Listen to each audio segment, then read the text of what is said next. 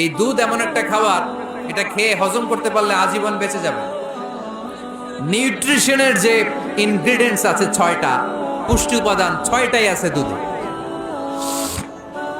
এজন্য আল্লাহ রাসূল সাল্লাল্লাহু আলাইহি ওয়াসাল্লাম দুধ বড্ড পছন্দ করতেন আর বলতেন, আলাইকুম বি আলবানিল বাকার, তোমরা গরুর দুধ খেও, ফা ইন্নাহা তুরাম্মু মিনাল আশজার, কেননা গরুর দুধ এটা ঘাস লতা পাতার নির্যাস।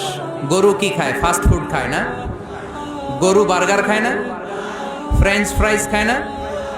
টিক্কা খায় না? চিকেন কাবাব? গরু কি খায়? এই ঘাস খাবেন, মানে শাকসবজি খাবেন।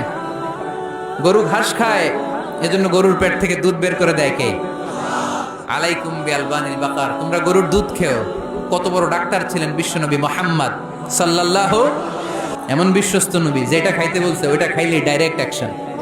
কালিজিরা খেতে বলতেন, মধু খেতে বলতেন, লাউ খেতেন। লাউ খেলে পেট যত ঠান্ডা থাকে, পৃথিবীর কোনো খাবার এত ঠান্ডা হয় না পেট, ঠিক কি না? এজন্য বিশ্বনবী বলছেন, আলাইকুম বি আলবানিল বাকার, গরুর দুধ খাবা, ফা ইন্নাহা তুরাম্মু মিনাল আশজার, কেননা ঘাস পাতা খেয়ে গরুর ভেতরে আল্লাহ ঘাস পাতার মাধ্যমে দুধ বানায়। আবার বিশ্বনবী বললেন, মেরাজের রাতে জিব্রাইল 3টা মগ এনে আমার হাতে দিয়েছিল। এক মগের মধ্যে ছিল পানি, আরেক মগের মধ্যে ছিল মদ, আরেকটা মগের মধ্যে ছিল দুধ। 3টা দিয়ে আমার টেস্টিং শুরু করে দিছে, টেস্টিং করতেছে। বিশ্বনবী ধরেন তো কোনটা ধরবেন? বিশ্বনবী দুধেরটা ধরলেন, কোন সুবহানাল্লাহ। সাইয়েদনা জিব্রাইল বললেন, আখাস্তাল ফিতরা, নবী আপনি যেমন ধরছেন তেমন, আপনি যেমন, আপনার স্বভাব যেমন, নিয়েছেনও তেমন। এজন্য দুধ খাবেন, বাচ্চাদেরকে দুধ খাওয়াবেন। অনেক মায়েরা বাচ্চাদেরকে বুকের দুধ খাওয়াতে চায় না, ডানু খাওয়ায়, ল্যাকটোজেন খাওয়ায়, সিরালাক খাওয়ায় না। আমার মায়েরা, আমার সম্মানিত বোনেরা, বাচ্চাদেরকে দুধ খাওয়াবেন। ওয়াল ওয়ালিদাতু ইরদি'না আওলাদাহুন্না হাওলাইন, 2 বছর খাওয়াবেন, কামিলাইন, পরিপূর্ণ। লিমান আরাদা আন ইউতিম্মা রাদাআ, কারণ মায়ের বুকের দুধের প্রথম যে দিক থেকে যে দুধটা বের হয় এটাকে বলে শাল দুধ। এই শাল দুধের মধ্যে অনেক ন্যাচারাল ভ্যাকসিন আছে। ডাক্তাররা বলেছে বাচ্চাদের ব্রেইন, হাড্ডি শক্ত হওয়া, মেমোরি শার্প হওয়া, উদ্যম আর উজ্জীবিত হওয়ার জন্য, সজীব আচরণের হওয়ার জন্য মায়ের বুকের দুধটা খুবই জরুরি। এটা অবশ্যই খাওয়াবে। আর এই মায়ের বুকের দুধের ভেতরে আল্লাহ বাচ্চার জন্য প্রথম টিকাটা ফ্রি দিয়ে দিছে। বাচ্চার জন্য কিছু টিকা দেয়া লাগে না, যক্ষা, এটা সেটা, প্রথম টিকাটা ফ্রি। প্রথম টিকাটা আল্লাহ দিছে মায়ের বুকের দুধের ভিতরে। এজন্য নিজেরাও দুধ খাবো, বাচ্চাদেরকেও মায়ের বুকের দুধ খাওয়াইতে হবে, ঠিক কিনা? গরুর দুধের ভিতরে অনেক পুষ্টি আছে, হজম করতে পারলে অনেক পুষ্টি। আমরা যেন বেশি বেশি দুধ পান করি, আল্লাহ তুমি তৌফিক দান করো। তাহলে দুধের এই কথা কোরআনে যা আছে, সায়েন্স তাই বলছে। কোরআন বলছে 1500 বছর আগে, সায়েন্স এখন খালি ঘোষণা দিতেছে বাচ্চাদের দুধ খাওয়ান, গরুর দুধ খান, এটাতে উপকার আছে। তার মানে এই প্রাণীকুলের ব্যাপারে প্রাণীবিদ্যার যে তথ্য, কোরআন আর বিজ্ঞান মিল আছে না নাই? এরপরে কোরআন বলেছে মধু খাও, লিকাওমি ইয়াতাফাক্কারুন, চিন্তাশীলদের জন্য। এই মধুর মধ্যে আল্লাহ চিন্তা রেখে দিয়েছেন। আওহা রাব্বুকা ইলান নাহাল, আল্লাহ মধুরে মেসেজ পাঠাইছে। আমরা মোবাইলে কি পাঠাই? এই মেসেজ আমার মোবাইলে আসে, আমার বন্ধু আমারে পাঠাইলে আরেক জায়গায় যায়, শুধু আমিই জানবো। মৌমাছির আল্লাহ যেটা পাঠাইছে এটা মৌমাছি বুঝতে পেরেছে। আনিত্তাখিদি, আল্লাহ অর্ডার করার সময় নারী মৌমাছিকে বলেছে, এটা মুয়ান্নাসের সিগা। আপনারা যারা আরবি জানেন, আলেম ওলামা ইকরাম যারা এসেছেন তারা জানেন, ইত্তাখিজ এটা মুযাক্কার, পুরুষের জন্য। ইত্তাখিদি মুয়ান্নাস, নারীদের জন্য। আল্লাহ মৌমাছিকে যখন বলেছেন মৌচাকের বাসা বাঁধো, তখন আল্লাহ পুরুষ মৌমাছিরে বলে নাই, বলছে নারী মৌমাছিকে। কোন মৌমাছিকে?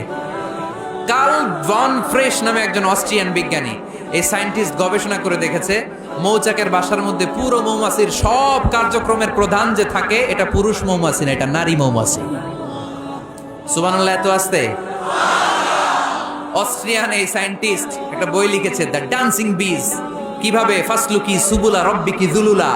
এইখানে মৌচাক আর মধু আনতে যায় 5 মাইল দূরে, এরপরে আবার এই রাস্তাটা চিনে মৌমাছি যে আসে ওরে রাস্তা চিনায় দেয় কে? আল্লাহ সিক্রেট মেসেজ দিয়ে বললেন, ইত্তাখিদি, ঘর বানাও। আওহা রাব্বুকা ইলান নাহলি আন ইত্তাখিদি বাইতা, উপরে ঘর বানাও, মিনাল জিবালি বুয়ুতা, পাহাড়ে বানাও, গাছের মগ ডালে বানাও, যাতে পোলাপানরা ঢিল মারতে না পারে। কাছাকাছি নিচু জায়গায় মৌচাকের বাসা হলে পোলাপানরা কি করে? মধু খাওয়ার জন্য ঢিল মারে না? আল্লাহ দেখেন কিভাবে সিক্রেট মেসেজ দিল যে নিচে তুমি তোমার মৌচাকটা করো না, উপরে বানাও। আর আমার দেখা পথ অনুযায়ী তুমি মধু নিয়ে আসো। এটাকে বলে ফ্লাওয়ার নেক্টার, পুষ্পরস। মধু এত ভালো কেন? এর কারণ মৌমাছি যখন পুষ্পরস বা ফ্লাওয়ার নেক্টার সে নিয়ে আসে, সে ফলের রস আনে, সে ফুলের রস আনে, সে বনাজি গাছ থেকে আনে, ঔষধি গাছ থেকে আনে, হার্বাল ট্রি থেকে আনে। এজন্য মধুর চেয়ে ঔষধি গুণসম্পন্ন কোন ন্যাচারাল লিকুইড পানীয় পৃথিবীতে আবিষ্কার হয় না। চিল্লায় কোন সুবহানাল্লাহ। ফাসলুকি সুবুলা রাব্বিকি যুলুলা, এগোতে থাকো, তারপরে মধুগুলোকে নিয়ে বাসার মধ্যে রাখো। এই আয়াত থেকে প্রমাণ হয় পুষ্পরস সংগ্রহ করে মধু এটাকে খেয়ে ফেলে, এমন না মুখ দিয়ে এনে মৌচাকে রেখে দেয়, না, এটা খেয়ে ফেলে। খেয়ে পেটের ভেতর একটা চেম্বার আছে, আলাদা একটা চেম্বার, ওইখানে এনজাইম দিয়ে এটাকে সমৃদ্ধ করে। তারপর একটা টিউব আছে এটার পেছনে, টিউব দিয়ে মৌচাকের ভেতরে মধুকে পৌঁছে দেয় আমাদের জন্য। কোন সুবহানাল্লাহ। এই অস্ট্রিয়ান সায়েন্টিস্ট উনি গবেষণা কইরা অপারেশন করে মৌমাছি কেটে দেখতে পেল মৌমাছির পেটের ভিতরে একটা পাকস্থলী না আমাদের মতো, ওর পেটের ভিতরে আল্লাহ দুইটা পাকস্থলী দিয়েছে। একটা তার নিজের খাবারের পাকস্থলী, আর একটা আমাদের জন্য যে মধু এনে এটাকে এনজাইম লিকুইড দিয়ে সমৃদ্ধ করবে, ওইটার জন্য আরেকটা পাকস্থলী। চিল্লায় পড়তে হবে আল্লাহু আকবার। এজন্য মধু খেতে রাজি আছেন তো? বিষ্ণু ঈসা ইসলাম ফ্রেশ মধু খেতেন, দুর্গন্ধযুক্ত মধু বিশ্বনবী সাল্লাল্লাহু আলাইহি সাল্লাম কখনো খেতেন না। আর বিষ্ণু ঈসা ইসলাম বলতেন আলাইকুম বিশিফাইন, তোমরা দুইটা শিফা নাও। কোরআনে এই মেসেজটা খেয়াল রাখবেন, কোরআনে কালামুল্লাহ মাজিদে দুইটা বিষয়ের ক্ষেত্রে আল্লাহ শিফা শব্দ যোগ করেছেন। এক হচ্ছে স্বয়ং কোরআনের ক্ষেত্রে আল্লাহ বলেছেন এটাতে আছে শিফা, আর মধুর ক্ষেত্রে বলেছেন মধুতে দিয়েছি আমি শিফা। এজন্য বেশি বেশি মধু খাওয়ার দরকার আছে না নেই? কত ধরনের মধু যে পৃথিবীতে পাওয়া যায়, ব্ল্যাক হানি, হোয়াইট হানি, ক্রিমড হানি, অর্গানিক হানি, এগুলো খুঁজে খুঁজে খাবেন। আজকে মধু খাইছেন কে কে? দেখি হাত তোলেন। মাশাআল্লাহ, আমিও খেয়ে আসছি আপনাদের সাথে। প্রতিদিন মধু খাইতে হবে শীতকালে।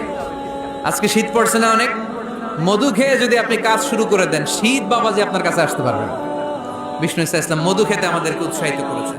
তার মানে এমন বিশ্বস্ত নবী আমার, যেটা খেতে বলেছেন এটা খেলে আমাদেরকে সুস্বাস্থ্য দান করবে কে? আল্লাহ আমাদের সবাইকে কথাগুলো বোঝার ও আমল করার তৌফিক দান করুক। আমরা পড়ি আমিন।